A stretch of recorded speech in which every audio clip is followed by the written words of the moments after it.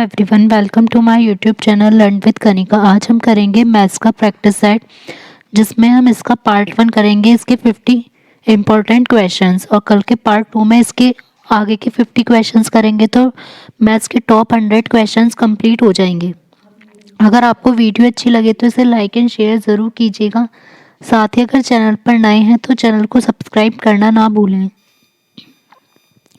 Question first है, किसी संख्या के 3/4 का 2/3 24 के बराबर है तो उस संख्या का 1/4 क्या होगा। पहले हम उस संख्या नंबर को मान लेंगे कि वह x है।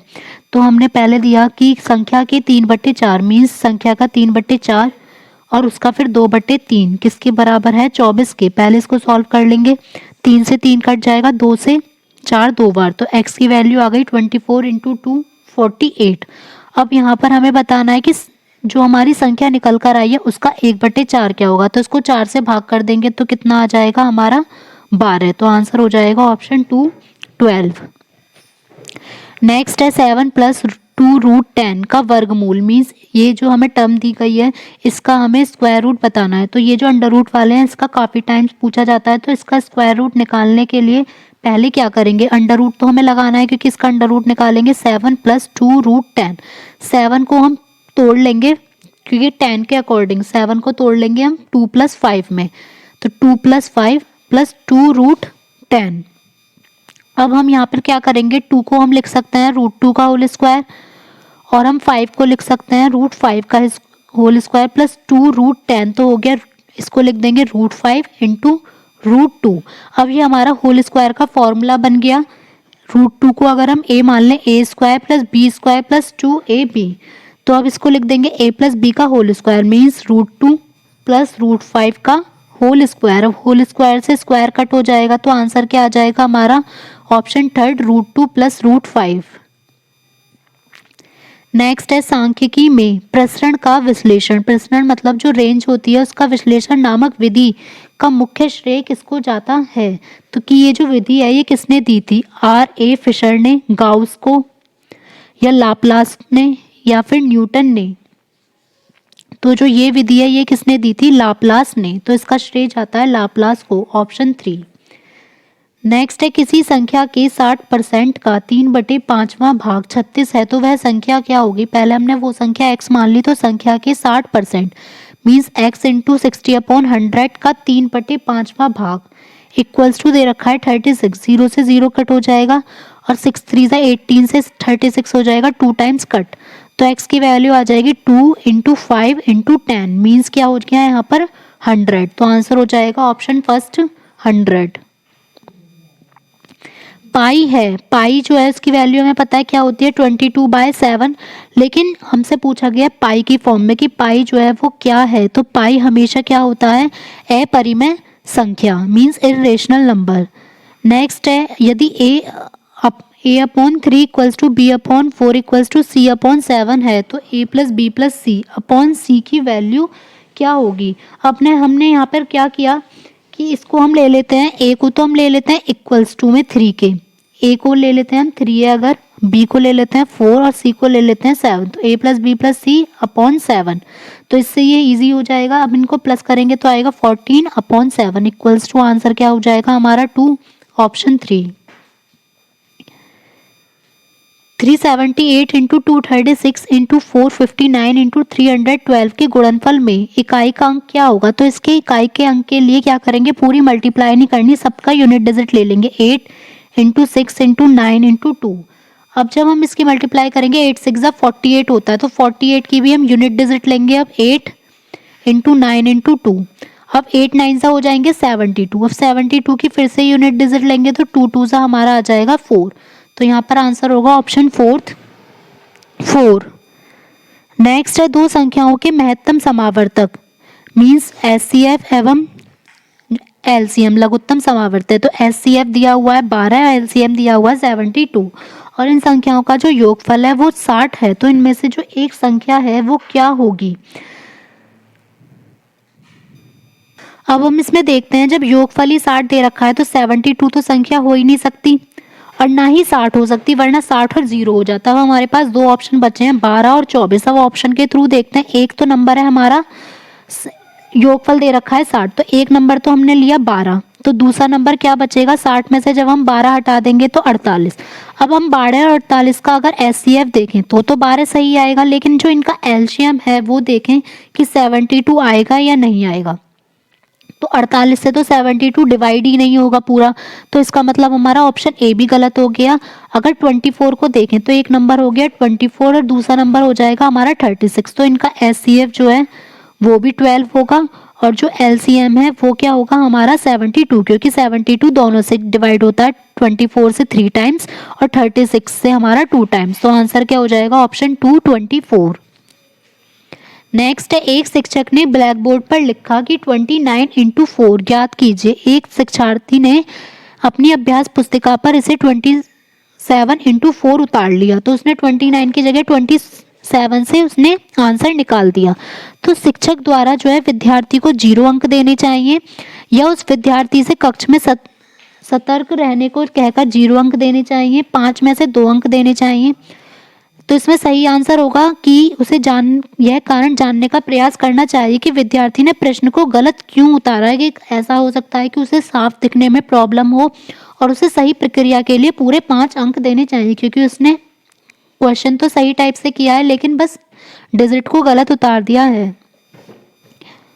नेक्स्ट है, यदि किसी वस्तु का क्रय मूल्य मीन्स कॉस्ट प्राइस उसके विक्रय मूल्य सेल प्राइस, तो ये सीपी हो गया, और ये सेलिंग प्राइस का 3/2 है, तो लाभ या हानि कितना होगा। तो यहाँ पर हमें दे रखा है जो सीपी है वो 3/2 एसपी है, तो लाभ या हानि परसेंटेज कितनी होगी। अब हमें ये पता चल गया यहाँ पर कि सीपी जो है वो एसपी का 3/2 है, मतलब उससे ज़्यादा ही होगा, तो सीपी ज़्यादा होगा और एसपी कम होगा, तो हमेशा क्या होगी हमारी हानि। तो ऑप्शन फर्स्ट और हमारा फोर्थ तो कट हो गया।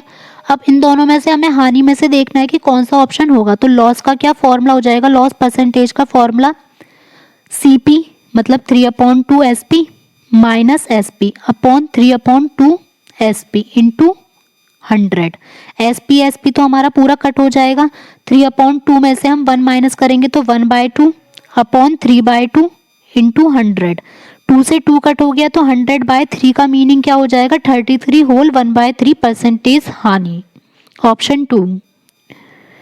किसी कमरे की चारों दीवारों का कुल क्षेत्रफल, जो 4 दीवार हैं उनका कुल क्षेत्रफल दे रखा है 660 मीटर स्क्वायर, जो उसकी लंबाई है वो उसकी चौड़ाई की 2 गुनी है, और ऊंचाई दे रखी है। तो इस छत का क्षेत्रफल क्या होगा, हमें अब कमरे की 4 दीवारों का जो फॉर्मूला होता है वो हमें पता होना चाहिए। तो इसका फॉर्मूला क्या होता है, एरिया का 2L + B into H equals to कितना दे रखा है 660। 2 से ये कट हो जाएगा 330। L + B, तो L कितनी दे रखी है हमें चौड़ाई की 2 गुनी, तो चौड़ाई की 2 गुनी कितना हो जाएगा 2B + B, और इंटू H कितना है 11 इक्वल्स टू 330। 11 से कटेगा 30 बार, तो 3B इक्वल्स टू 30 मीन्स जो चौड़ाई है वो कितनी हो गई 10, और जो लंबाई है वो कितनी हो गई 20, और ऊंचाई है 11 मीटर। तो उस छत का क्षेत्रफल जो है वो कैसे निकलेगा, लंबाई गुणा चौड़ाई, तो L इंटू B, तो 20 गुणा 10 कितना हो जाएगा हमारा 200 मीटर स्क्वायर। Option first. यदि संख्या 604 डैश, यहाँ पर हमें बताना है नंबर क्या होगा 6, 11 से विभाज्य है तो रिक्त स्थान का पूर्णांक क्या होगा। अब हमें यहाँ दे रखा है 604, यहाँ पर हमने x ले लिया और 6, तो हमें 11 से डिविजिबिलिटी जो है वो पता होनी चाहिए कि वो हम अल्टरनेट लेते हैं, पहले 6 4 और 6, तो 6 + 4 + 6 कितने हो जाएंगे हमारे 16। नेक्स्ट हमारा बच्चा 0 और x, तो ये हो गया x, तो 16 - x जो है वो हमारा ऐसा नंबर होना चाहिए जो कि 11 से डिविजिबल हो। तो यहाँ सबसे छोटा नंबर क्या हो सकता है, यहाँ या तो 11 आ सकता है, तो 16 में से क्या माइनस करें, 16 में से अगर हम 16 में से हम 6 माइनस करेंगे, 5 माइनस करेंगे तो हमारा क्या आ जाएगा 11, मीन्स यहाँ x की जगह हमारा आएगा ऑप्शन फोर्थ 5। 20वीं सदी के स्वयं शिक्षित भारतीय गणितीय प्रतिभावान व्यक्ति जो थे वो कौन थे, तो ये थे श्रीनिवास रामानुजम। नेक्स्ट है, 2 संख्याओं में से बड़ी संख्या का जो दुगना है वो छोटी संख्या के 5 गुने से 3 ज़्यादा है, तो बड़ी संख्या का जो दुगना होगा वो छोटी संख्या के 5 गुने से 3 ज़्यादा है और बड़ी संख्या के 4 गुने और छोटी संख्या के 3 गुने का योग 71 है। तो वही संख्याएं क्या होंगी? तो इसको एक तो तरीका है कि जैसे नॉर्मल सॉल्व करते हैं वैसे सॉल्व किया जाए या फिर ऑप्शन से भी एलिमिनेट कर सकते हैं। तो हम ऑप्शन से इसको एलिमिनेट करेंगे। पहला दे रखा है बड़ी संख्या का दोगुना, तो हम ऑप्शन लास्ट से लेकर चलते हैं इसको। 17 का 2 कितना हो जाएगा? 38। 38 हमारा क्या होना चाहिए? छोटी संख्या के 5 गुने, मतलब 1 का 5 गुना 5 से 3 ज़्यादा बराबर 8। तो ये ऑप्शन फोर्थ हमारा गलत हो गया। थर्ड में देखते हैं 14 का दुगना 28 इक्वल्स टू 5 का 5 गुना, तो 25 प्लस 3, तो ये इक्वल आ गया हमारा 28 इक्वल 28। सेकेंड वाला भी अब फॉलो करके देख लेते हैं। इसमें बड़ी संख्या के 4 गुने, 14 का 4 गुना कितना हो जाएगा हमारा? 52 इक्वल्स टू छोटी संख्या के 3 और छोटी संख्या के 3 गुने मीन्स 15। तो ये हमारा आना चाहिए, यहाँ पर आएगा 14 चौका 56। 56 प्लस 15 को जब हम करेंगे तो 71। इसका मतलब हमारा आंसर होगा ऑप्शन थर्ड, बड़ी संख्या 14 होगी और छोटी संख्या 5। 5 सेंटीमीटर एक भुजा वाले एक घन के सभी फलकों पर रंग लगाया जाता है और इसे 1 सेंटीमीटर क्यूब वाले घनों में काटा जाता है। तो 1 सेंटीमीटर क्यूब वाले कितने घनों में केवल एक ही फलक पर रंग होगा? तो ये रीजनिंग में भी क्वेश्चन पूछा जाता है। जब हमसे कहा जाए कि केवल एक ही सतह पर रंग होना चाहिए तो उसके लिए फॉर्मूला लगता है 6n-2 का होल स्क्वायर। n कितने हैं यहाँ? क्योंकि 5 खाने होंगे, 5 सेंटीमीटर करके दे रखा है, तो 5 - 2 का होल स्क्वायर मीन 6 × 3, 3 का होल स्क्वायर 9, तो 9 6 हो जाएगा यहाँ पर 54, ऑप्शन फोर्थ। यदि अवरोही क्रम में रखे गए आंकड़ों के डिसेंडिंग ऑर्डर में रखा गया है, बड़े से छोटा दोनों छोरों से चरम प्रेक्षण हटाए जाते हैं, अगर दोनों साइड से उसमें कुछ जो नंबर्स हैं वो हटा दिए, तो जो सेंट्रल टेंडेंसी होती है जिसमें क्या क्या आते हैं हमारे मीन, मोड और मीडियन, इनमें कौन कौन से हमारे प्रभावित होंगे, किस किस पे इफेक्ट पड़ेगा? तो अगर हम कुछ नंबर्स को हटा रहे हैं तो इधर से भी हटा दिया, इधर से भी हटा दिया, तो सभी पर इफेक्ट पड़ेगा, माध्य पर भी, माध्यक पर भी और बहुलक पर भी। तो आंसर होगा ऑप्शन 2। किसी प्राकृतिक संख्या का, किसी नेचुरल नंबर का प्रत्येक अंक या तो 3 है या 4 है। यह संख्या 3 और 4 दोनों से विभाजित भी होती है। तो ऐसे सबसे छोटी संख्या क्या है? तो हम सबसे छोटी से लेकर चलेंगे। सबसे छोटी है यहाँ पर 44, तो 44 4 से होती है पर 3 से नहीं होगी। उसके बाद छोटी कौन है? 333, तो ये 3 से होगी पर ये 4 से नहीं होगी। अब देखते हैं 444, तो ये 4 से तो आराम से हो ही जाएगी। अगर इसको प्लस करें तो 4 या 12, तो मीन्स ये होगी हमारी 4444, जो 3 से और 4 दोनों से ही डिविजिबल है। पंचभुज के सभी अंतःकोणों का योग ज्ञात कीजिए। जब भी सभी कोणों का योग ज्ञात करना होगा तो हम क्या फॉर्मूला लगाएंगे? n-2 × 180। तो n मतलब यहाँ पर कितनी साइड है? 5 - 2 × 180, तो 180 इंटू हो जाएगा हमारा 3, तो 18 3 = 500, ये हो जाएगा 40। तो आंसर होगा ऑप्शन 4, यहाँ पर पूरा आएगा 540। एक खंबे का 4/7 भाग कीचड़ में धंसा हुआ है। जब धंसे हुए का 1/3 भाग तो बाहर की ओर खींच लिया जाता है तो देखा गया कि 8 मीटर का जो खंबा है वो अभी भी कीचड़ में है। तो खंबे की पूरी लंबाई कितनी होगी? मान लिया कि पूरी जो लंबाई है वो x है और धंसा हुआ कितना, या फिर पूरा 1 भी मान सकते हैं या x करके भी कर सकते हैं। तो कितना भाग धंसा हुआ है? 4x/7। उसमें से अब हमने जितना धंसा हुआ था 4x/7 का 1/3 भाग बाहर निकाल लिया, इक्वल्स टू कितना बचा तब भी उसमें 8। तो 4x से हमारा 4 से ये कट हो जाएगा 2 टाइम्स। यहाँ पर हमारा कितना आ जाएगा? x/7 बाहर आ जाएगा, तो 3 - 1 2/3 इक्वल्स टू 2, 2 से 2 कट हो जाएगा, तो x की वैल्यू आ जाएगी 21 मीटर, ऑप्शन फर्स्ट। ए और बी किसी काम को 12 दिन में कर सकते हैं, बी और सी उसी काम को 15 दिन में और सी और ए उसी काम को 20 दिन में कर सकते हैं। तो ए अकेला उस काम को कितने दिन में करेगा? तो यहाँ पर हमारा हो गया a + b के तो होगा 1/12, b + c का हो जाएगा हमारा 1/15 और c + a का हो जाएगा हमारा 1/20। तीनों को अगर हम ऐड कर दे तो a भी 2 बार, b भी 2 बार, c भी 2 बार, तो 2 टाइम्स हो जाएगा हमारा a + b + c equals to, इन सबको जब ऐड करेंगे तो 1/12 प्लस 1/15 प्लस 1/20, तो यहाँ पर आएगा 12/60। एलसीएम लेके सॉल्व करेंगे तो 1/5। अब a प्लस बी प्लस सी की वैल्यू कितनी आ जाएगी 1/10। तो हमें निकालनी किसकी है a की, तो ऐसी इक्वेशन से b प्लस सी माइनस कर देंगे तो b प्लस सी की यहाँ तो वैल्यू रख दीजिए। तो 1/10 में से हम 1/15 जब माइनस करेंगे तो यहाँ पर हमारा आंसर आ जाएगा 1/30। तो मतलब a अकेला जो है उस काम को वो 30 दिन में पूरा कर सकता है। त्रिभुज एबीसी की भुजाओं के मध्य बिंदु जो उनके मिड पॉइंट है वो डी ई एफ दिए गए हैं, तो इनमें से कौन सा सत्य होगा। तो जब हमारा ऐसा वाला बना हुआ होता है, पहले एक त्रिभुज होता है और उसके मध्य बिंदुओं से दूसरा त्रिभुज बनाया जाता है, तो वो हमेशा जो डी ई एफ का क्षेत्रफल है, ये प्रूफ भी करके देख सकते हैं, लेकिन हमें पता होता है कितने पार्ट में डिवाइड हो जाता है, इक्वल 1 2 3 4। तो डी ई एफ का जो क्षेत्रफल है वो ए बी सी के क्षेत्रफल का 1/4 होगा, ऑप्शन 4। यदि दो संख्याओं का अंतर मतलब उन्हें माइनस करेंगे तो 5 है और उनका गुणनफल 36 है, तो उनके व्यतक्रमों का अंतर क्या होगा। तो हमारा ये हो गया x माइनस वाई, तो 5 आना चाहिए और एक्स वाई कितना आना चाहिए 36। व्यतक्रमों का अंतर मीन्स तो 1/x 1/y माइनस 1/x या 1/x माइनस 1/y भी कर सकते हैं। तो यहाँ आ जाएगा, क्योंकि हमने x माइनस वाई लिया है तो इस टाइप से करना पड़ेगा, x minus Y upon X Y. तो यहाँ हो जाएगा 5/36, ऑप्शन फर्स्ट।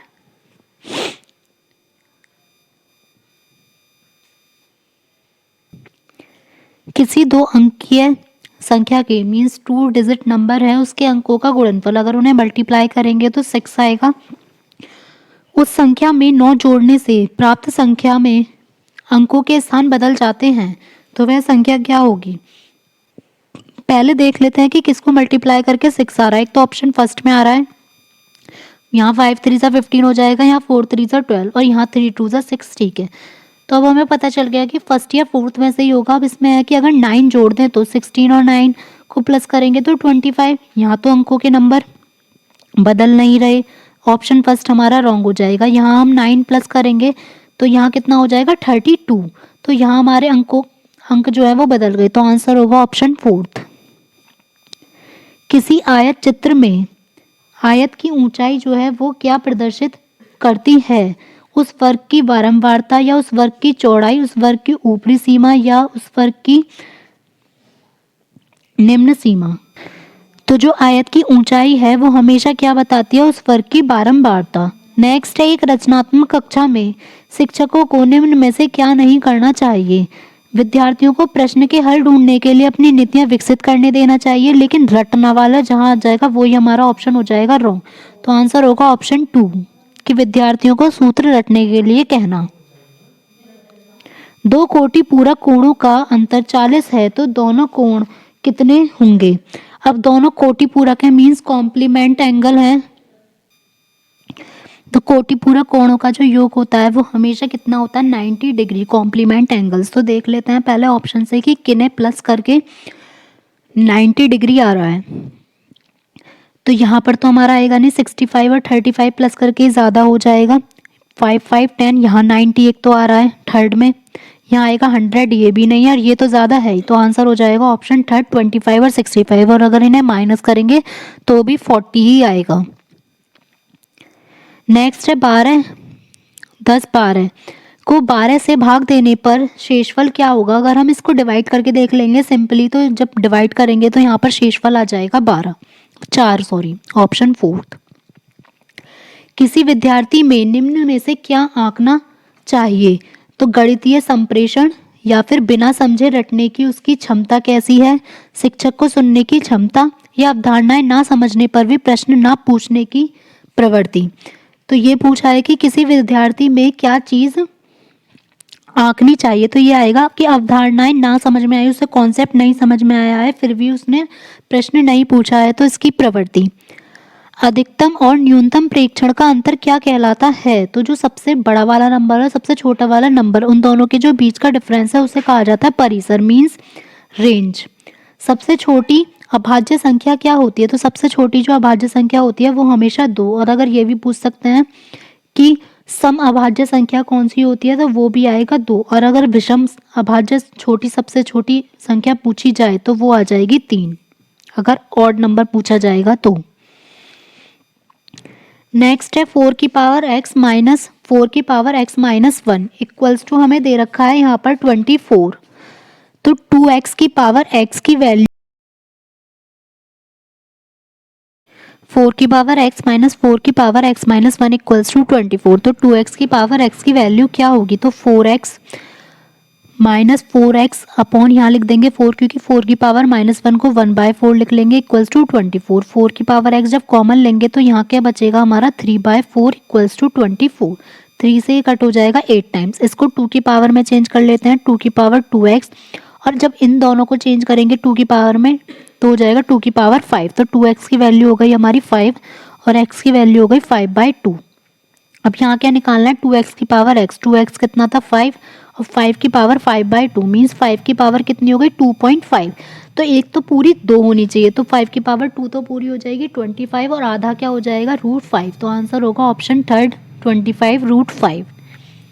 2/3, 4/9, 5/6, 7/12 का लघुत्तम समावर्त मीन्स एलसीएम देखना है। तो जब हमारे फ्रैक्शन वाले क्वेश्चन होते हैं तो ऊपर वाले का तो जो पूछा जाएगा वो तो हम ऊपर वाले का निकालेंगे, मीन्स एलसीएम हम किसका निकालेंगे 2, 4, 5, 7 का, और एचसीएफ हम किसका निकालेंगे 3, 9, 6, 12 का। 2, 4, 5, 7 में एक तो 2 कट हो जाएगा क्योंकि वो 4 से डिविजिबल है, ये तीनों आपस में डिविजिबल नहीं है तो इनकी मल्टीप्लाई कर देंगे 4, 5, 7 की। 2, 5, 4 से 20 और 7 ये हो जाएगा 140, और 3, 9, 6, 12 ये सभी नंबर्स 3 से डिविजिबल हैं तो यहाँ आंसर हो जाएगा 3। तो ऑप्शन 4 140/3। दो संख्याएं तीसरी संख्या से क्रमशः 20% और 50% अधिक है तो उन दोनों संख्याओं का जो अनुपात है वो क्या होगा। हमने मान लिया कि जो थर्ड नंबर है वो तो 100 है, तो फर्स्ट नंबर कितना हो जाएगा 20% ज़्यादा 120, और सेकंड नंबर कितना हो जाएगा 150। अब इनका रेशो निकालेंगे तो 0, 0, 0 कट हो जाएगा। निकालना किसका है, केवल उन दो संख्याओं का, तो केवल इन दो का हम निकालेंगे 12:15। तो 3 से कट हो जाएगा 4 टाइम्स और ये 5 टाइम्स। तो आंसर होगा ऑप्शन 2 4:5। एक आयताकार भूखंड की लंबाई और परिमाप का अनुपात, लंबाई और चौड़ाई का नहीं है यहाँ पर, लंबाई और परिमाप उसकी जो पैरामीटर है उसका अनुपात है 1:3। तो लंबाई और चौड़ाई का अनुपात क्या होगा, हमने ये तो मान लिया लंबाई हो गई उसकी L और अपॉन परिमाप कितना होगा 2L + B इक्वल्स टू दे रखा है मैं 1/3, क्रॉस मल्टीप्लाई कर देंगे 3L इक्वल्स टू हो जाएगा 2L + 2B। तो L इक्वल्स टू 2B, तो L/B की वैल्यू आ जाएगी 2/1। तो रेशियो हो गया 2:1, ऑप्शन फर्स्ट। यदि P/Q इक्वल्स टू R/S है इक्वल्स टू T/U है, तीनों के रेशियो इक्वल हैं 2:3, तो MP + NR + OT ratio MQ + NS + OU का रेशो क्या होगा। अब यहाँ क्या करेंगे, हमने इसको लेट कर लेंगे कि सबको हमें सेम लेट करना पड़ेगा। तो P, R और T, P, R, T की जगह तो हम 2, 2 रख लेंगे क्योंकि P शुरू वाले तो हो जाएंगे 2, और Q और S और U ये क्या हो जाएंगे हमारे 3। बस यहाँ वैल्यू पुट कर देंगे। M तो हमें पता नहीं है, M कहीं यहाँ पर आ नहीं रहा। P कितना हो गया हमारा 2, तो 2M प्लस R कितना है हमारा ये भी 2, तो 2R 2N प्लस O हमें दे नहीं रखा, T यहाँ पर 2 है तो 2T अपॉन MQ। Q कितना हो जाएगा, ये तीनों है हमारे 3, तो 3M + 3N + 3T। ऊपर तो हम 2 कॉमन ले लेंगे और नीचे हम 3 कॉमन ले लेंगे और MNT पूरा कट हो जाएगा। तो रेशो क्या आ जाएगा हमारा 2:3, ऑप्शन 3।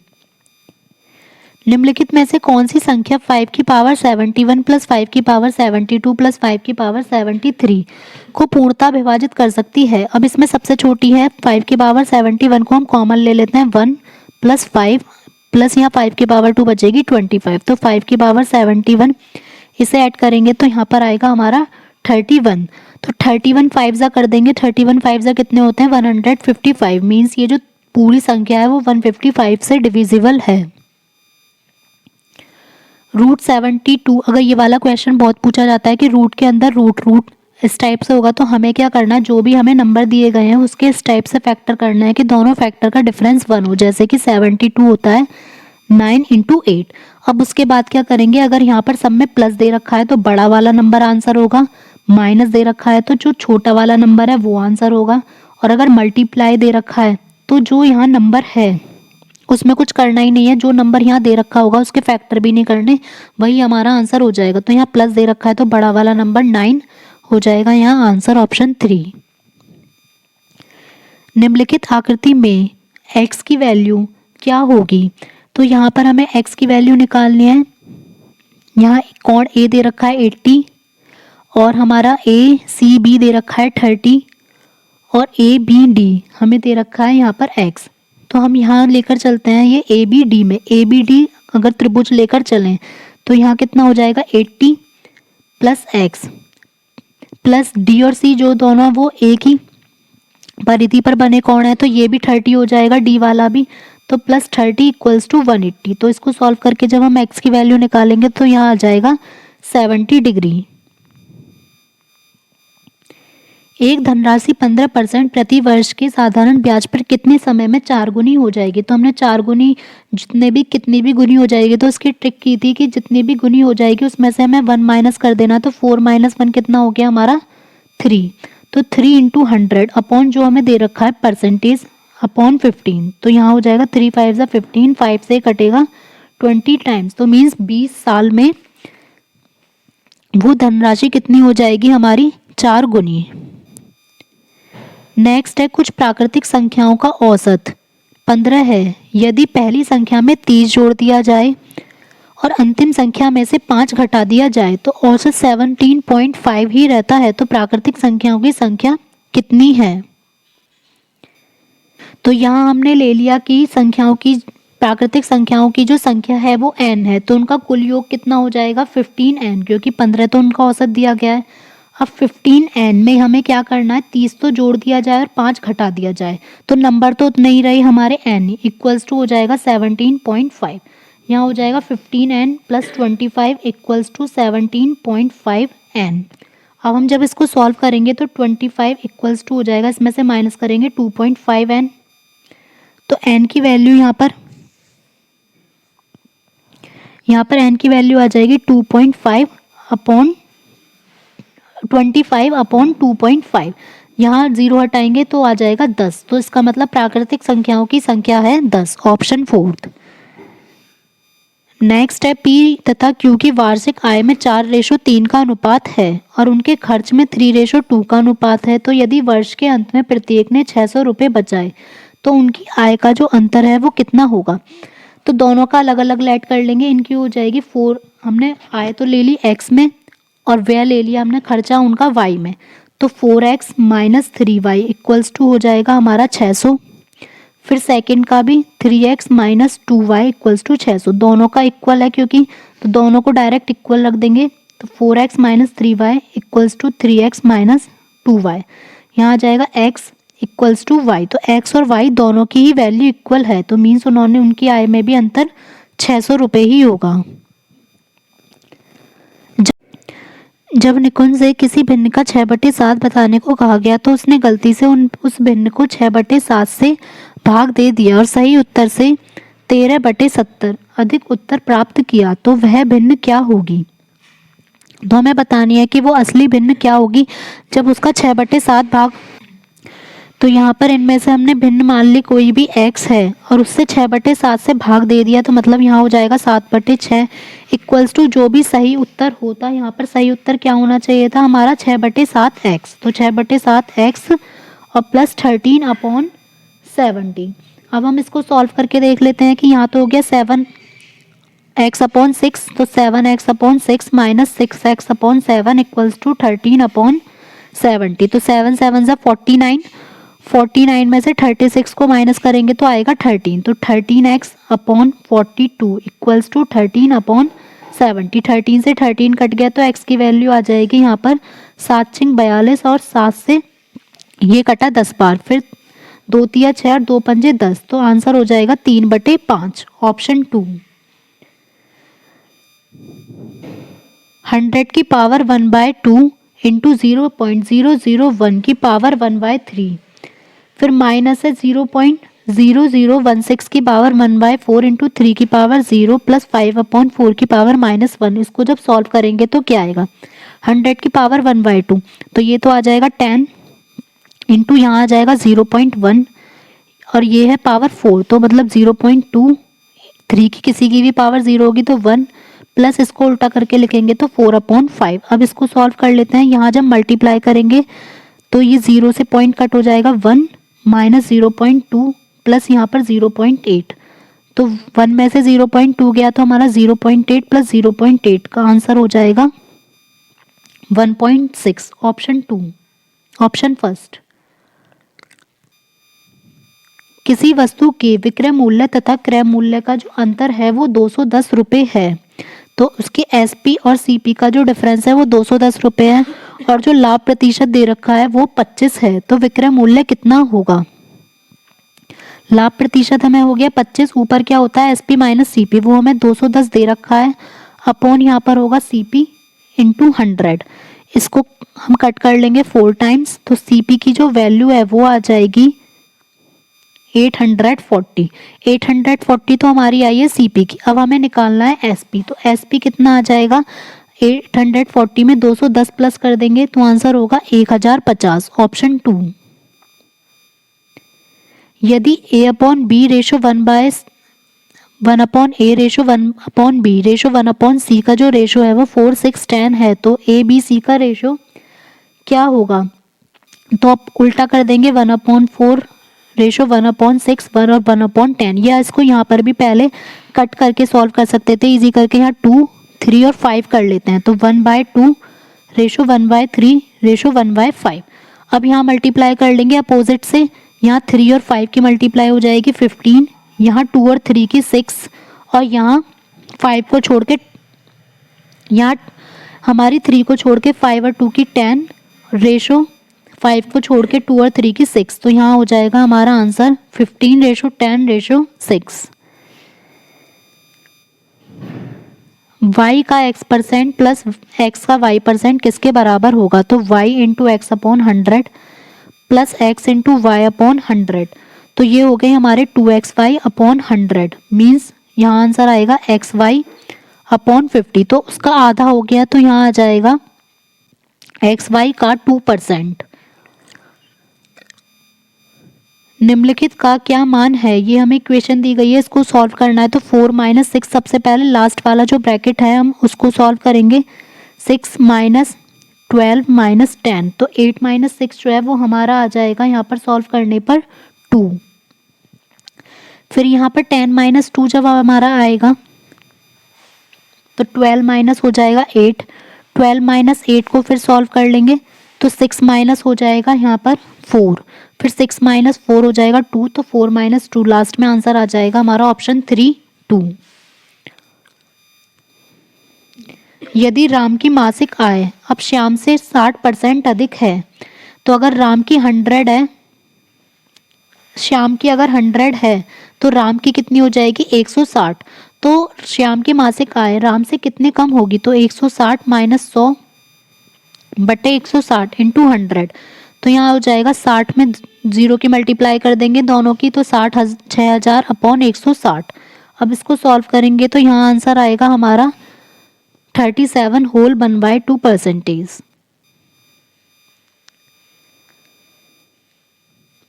संलग्न चित्र में O जो है वो वृत्त का केंद्र सेंटर दिया गया है और XO और OY पर लंब है। XO जो है वो OY पर लंब है। यदि XOY का क्षेत्रफल 32 है तो वृत्त का क्षेत्रफल कितना होगा? तो यहाँ पर ये ट्राइंगल बना हुआ है तो ट्राइंगल का फॉर्मूला क्या हो जाएगा? Half into base into height. तो OX क्योंकि लंब दे रखा है तो इसका मतलब ये तो लंब हो गया और OY क्या हो जाएगा हमारा आधार इक्वल्स टू 32 तो OX इंटू जो OY है उसका आंसर क्या हो जाएगा हमारा 64। और अब हम वृत्त का अगर हम देखें तो वृत्त दोनों की ये वृत्त के अकॉर्डिंग ये त्रिज्या भी है तो r² इक्वल्स टू हो गया हमारा 64 तो r की वैल्यू हो जाएगी हमारी 8। छेदफल क्या होता है पाई आर स्क्वायर, तो पाई आर स्क्वायर कितना हो जाएगा, आर स्क्वायर की 64 है तो 64 पाई, ऑप्शन 3। अगर आपको क्लास अच्छी लगी हो तो वीडियो को लाइक एंड शेयर ज़रूर करें और साथ ही चैनल पर अगर नए हैं तो चैनल को सब्सक्राइब करना ना भूलें। साथ ही आप बेल आइकन प्रेस कर सकते हैं ताकि आपको वीडियो का नोटिफिकेशन अपलोड होते ही मिल जाए। और कमेंट बॉक्स में ज़रूर शेयर करें कि आपको क्लास कैसी लगी और आपका स्कोर कैसा रहा। Thank you.